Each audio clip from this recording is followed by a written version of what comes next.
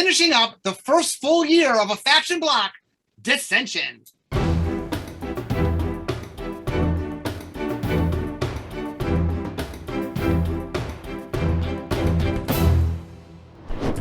Closing out the original Ravnica block is Dissension. Released in May of 2006, the set utilizes a three-pronged set symbol similar to its predecessor, Guild Pact, though this time around the symbol is broken into pieces, meant to symbolize the disintegration of the plane's peacekeeping Guild Pact spell. The story can be enjoyed by reading the novel Dissension by Corey J. Herndon. The Cult of Rakdos gives it 2 claws up. Of course, there's also our story summary, which can be enjoyed simply by watching this video. Evern Kapabar, a master thief, is on the job. He, along with some Shade Walkers in for support, infiltrate the ruins of Cauldron, the Izzet laboratory in Ravnica's Utvara zone. Sneaking past a group of Nephilim who are feasting on a partially crushed dragon egg, they use a syringe and steal some cerebral fluid from the stillborn dragon inside, then make their escape. Elsewhere in the zone, the Izzet goblin, Crix, now named Crixix due to her rise in rank to Master Engineer, is monitoring the area's 5 Nephilim as they grow in size and begin to destroy the Utvara township. She mentally contacts with her guild's Paran, Niv Mizzet, and informs the enlightened dragon of what she is seeing. Niv shows up on scene and kills 2 of the Nephilim, but departs before dealing with the other 3, citing boredom with the whole ordeal. Crixix's faith in the Izzet Paran is shaken. A shadowy shapeshifter watches this all unfold. In Ravnica's Old Rav district, Fawn and her Wojek partner are looking into the murder of an old lady in her rare Bird of Paradise. As they investigate, they discover that the area of town has become overrun with rats, which is typically a sign of the Cult of Rakdos' influence. Fawn, however, finds she needs to excuse herself for the time being as she has to tend to a prior engagement. That engagement turns out to involve Jared, the Golgari Guildmaster, who is teaching their son, Mike Zunich, how to hunt. Fawn, Jared's ex-wife, picks Mike up to bring him along with her on a Selesnian scouting mission. While on the training mission, the scouts are ambushed and captured by Rakdos cultists. Fawn avoids capture, though, and gets left behind. She contacts her ex-husband, and the 2 of them, along with some Golgari backup, rush to the Rakdos Guild Hall, Rix Madi, to get their son back. Meanwhile, Tesla Karlov is at the Azoria's headquarters of Prov, having been requested by one of the inmates there to be her personal advocate. This inmate turns out to be Feather, the Boros angelic soldier who had assisted the late Wojek lieutenant Argus Koz many years ago. Recently, Feather had turned herself in and was facing charges of desertion, striking a superior, oath-breaking, failure to attend her duties, and more. Speaking of Argus Koz, the deceased soldier's spirit is now a spectral guard outside of the Azoria Senate. He is on duty as Feather, his friend during his mortal life, is brought up the stairs. He thinks back to when he saw her flying towards him in the final moment before his death. Feather takes the stand before Grand Arbiter Augustine IV, the current living sage of Selesnya and the Commander General of the Wojek. The tribunal asks her where the rest of the angels are. She informs them that they are all deceased. She then elaborates, telling the 3 that Ajarum, the city of ghosts, is more than just a story as it actually exists, and while it typically exists on the outskirts of their world in a sort of invisible state, it has become anchored to Ravnica's Utvara zone due to the space rift that had formed there many decades prior thanks to the Izzet and Orzhov. Razia, the Boros Paran, wanted to explore this now reachable Ajarum, and it had ordered the Parhelion, the flying fortress that is home to the Boros' legion of angelic soldiers, into it. Once there, the angels were attacked by the multitude of ghosts trapped within, led by the spirit of the deceased Demir Guildmaster, the vampire Sadek. Sadek slayed Razia, but before she died, she instructed Feather to find a way out and warn the Grand Arbiter about the ghastly threat. Feather would then spend the next 10 years trying to find a way out of the City of Ghosts before an opening appeared, thanks to the Izzet Magelord, Zomaj Hawk, tapping into its energy to fuel his ill-fated dragon rebirth experiment. After attending the funeral of her dear friend, Argus Koz, she had attempted to make her way back into Ajarum to ensure that the ghost of Sadek had not also escaped as she had. but the angel was repelled by a legion of ghosts. She managed another escape and flew directly to Prov to turn herself in, knowing that the tribunal would be the quickest way to gain the audience of the Grand Arbiter and get her message out to him and Ravnica's other guild leaders. Upon receiving this new wealth of information, Feather is freed. The Grand Arbiter sends for the Spectral Kos and pairs him with an Azuris Lawmage. He then tells that the only reason the underhanded Dimir and chaotic Rakdos were allowed into the Guild Pact in the first place was to strengthen its magic through their opposition. When the then mortal Lieutenant Kos broke the Guild Pact by arresting Zadek, a paradox was created. Apparently, when the pact was created some 10,000 years prior, the vampire was charged with the responsibility of constantly testing it and trying to break it in order to keep its bond strong, but that he could never be arrested for it because nobody else would be able to fulfill that purpose. Likewise for the Rakdos, as their responsibility is to promote and undertake chaos, so that the other guilds can unite towards promoting order. Seeing as Zadek had let his guard down and more or less allowed Kos to arrest him, thus creating said paradox, it was Kos' duty and death to destroy the vampire completely. While these events were happening inside of Prov, other things were occurring outside of its walls as well. The Parhelion had reappeared and is on a collision course with the Guildhall. A Boros Sky Knight witnesses this and sends word to Prov that the Senate and anyone else at the Guildhall must evacuate. The Sky Knight flies to and boards the Parhelion and finds a dead angel on the Flying Fortress's deck. She heads further into the structure and finds a still alive Razia. The angel informs her on how she can keep the Parhelion afloat, but it's too late. The Parhelion crashes into Prov. Back in the Udvara township, Krixix rescues the Orzhov restaurateur, Pivlik, from his tavern just in time for it to be crushed by the rampaging Nephilim. She sends the imp to the main city to warn the zone's Baroness, Teza, of the impending threat as the remaining Nephilim begin also heading in that direction. Back in the Rakdos Guild Hall, Mike and the other scout trainees are given to Lizolda, the Blood Witch and acting head of the Cult of Rakdos. She draws blood from Mike, as his is the same of his guildmaster father, Jared's, and combines it with some of the stolen dragon fluid that had found its way to her as it was being delivered to its actual destination. She uses this gruesome cocktail to raise and form a mental link with Rakdos himself, the slumbering demonic Parun and actual guildmaster of his namesake guild. As the ritual is being performed, however, Mike's parents, Fawn and Jared, show up and interrupt the proceedings. This was enough to keep Lizolda from forming a link with Rakdos, as the now awakened demon had, instead, and due to the interruption, linked with the mind of Mike. Overwhelmed by Rotko's bloodlust, he accompanies the demon as the two head out of Old Rav and into the main city, destroying everything in their path, including one of the invading Nephilim, and begins to attack the Selesnian city tree of Vitu-Ghazi. Back at the partially destroyed Prov, Pivlik arrives and informs Teza about the Nephilim just in time for the enormous beasts to arrive on scene. Grand Arbiter Augustine IV then sends Pivlik and the Spectral Kos, along with the Law Mage with whom he's linked, to Novigin, the Simic headquarters, where he believes Sadek to be housed. Once there, Kos' spirit jumps hosts and links with the Simic guard, while Pivlik and the Law Mage stay behind. Infiltrating the Guildhall, Kos manages to get very near both Mormor Vig, the Guildmaster, and Svagthir, the late Golgari Parun who had, in death, taken control of the mind and body of his successor, the late Golgari Queen, Savra. While in their company, Vig talks about their greatest creation, an entity known simply as Experiment Kraj, that was created, in part, by the ancient draconic fluid he had contracted some thieves to retrieve, and how the Simic will use it to conquer all of Ravnica, with Vig ruling the surface and Svagthir ruling the Undercity. Vig then notices the eavesdropper in the room, and has the body Kos' inhabiting thrown out of the window.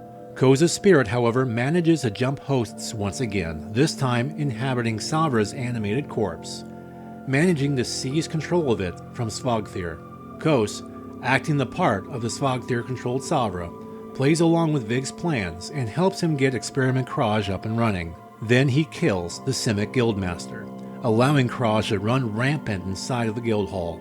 Kos makes his escape and jumps hosts back to the Azorius Law Mage he was linked to originally, Sovere's animated corpse collapsing immediately and taking Svogthir along with it. Meanwhile, Thon and Jared manage to free the remaining Selesnyan scouts and go after Rakdos and Mike. While in pursuit, the group encounters and manages to slay the remaining 2 Nephilim, but Lizolda catches up and manages to kill Jared as well. Now using the blood of an actual guildmaster, rather than the offspring of one, the Blood Witch severs the mental tie between Rakdos and Mike, taking control of the giant demon for herself. That's when Krosh bursts onto the scene, having absorbed all of the life force of the Simic in the guild hall and breaking through its walls. Seeing Rakdos as the strongest force present, it attempts to absorb the demon's life force as well, only to fail and fall dormant instead. Rakdos does not go uninjured from the attack, however, and the wounds suffered by the demon are, in turn, transferred to Lizolda. The Blood Witch's fellow cultists witness this and see it as a sign of weakness. They turn on the Blood Witch, who collapses to the ground, and eat her alive. Witnessing all of the chaos and violence from atop Vitu-Ghazi, the Selesnyan living saint cracks, and releases the guild's hidden army of quiet men, which had been made illegal many years before, to rip apart both Rakdos and the dormant Kraj. Back at Prov, Grand Arbiter Augustine IV summons the Senate, well, what's left of it, and uses mental tricks to convince Feather and Teza to go running into the wreckage of the Parhelion in search of Razia's body, whereupon they are captured by Zadok and his shapeshifters. With Feather and Teza gone and only a handful of Azoria Senators present, the Grand Arbiter declares martial law and supreme Azorius rule of all of Ravnica with intent to force an involuntary draft of not just the citizens of the Plain-White City, but of the ghosts within Ajiram as well. This is when Koz, who had been rounded up by an imposter Feather, along with Fawn, Mike, and the surviving Selesnyan scouts, arrive back at Prov. While Augustine uses his mental magic to make the senators see and believe what he wants them to see and believe, he reveals the truth of it all to the spectral Koz. While living, Koz did in fact break the guild pact. However, it was Augustine who actually did the killing, easily finishing Zadok off while in the Azorius dungeon awaiting trial, and taking control of him. It was Augustine who sent Zadok to rally the ghosts within Ajiram against the Boros Legion's angelic army. And it was always Augustine's intent that Kos would slay Mormor-Vig, thus taking out the head of another of Ravnica's guilds as the Grand Arbiter gets closer to realizing his plan of remaking Ravnica into a place where everybody follows Azorius law, and Azorius law alone.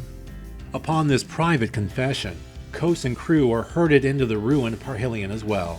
There he was reunited with Feather and Teza, as well as the Boros Sky Knight who first saw the Flying Fortress appear above the Azorius Guildhall, all of whom are being held captive by the imposter Razia and Zadok's ghost.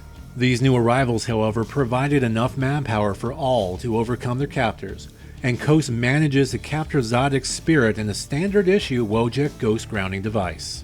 The newly liberated allies then set the Parhelion's engines to explode, hoping the blast will destroy the Grand Arbiter and put an end to his well-laid plans before hightailing it out of the Flying Fortress. As they depart, they find the Senate in chaos and under attack from Selesnyan quiet men. Seeing Augustine in the distance, Kos hurls his grounder at the Grand Arbiter's feet. The impact frees the ghost Zadok from his prison who, among realizing his killer and controller is standing before him, begins to consume his soul just as the Parhelion's explosion obliterates everyone and everything in the vicinity. 2 years later, Azorius has a new guildmaster who, on behalf of Feather, who herself has become the new Boros head, manages to bring Kos back. While still a spirit, this time the late Wojek lieutenant has a somewhat corporeal body, so he no longer needs to be inhabiting that of another. A new pact is also signed between Ravnica's 10 guilds, one that is not dependent on magic to be enforced. The schism in Udvara fades from existence, and the floating ghost city of Ajiram is overlaid upon Ravnica, creating a new ghost quarter within the city. The ghost of Zadok, however, is still at large and lurking somewhere within the ghost quarter. Kos, always the policeman, even in death, accepts a new appointment and becomes the quarter's Boros commander. Of course, the story of Dissension does not end here, as there's much more to talk about in terms of the set and the cards themselves. And I'm going to help tell you about it.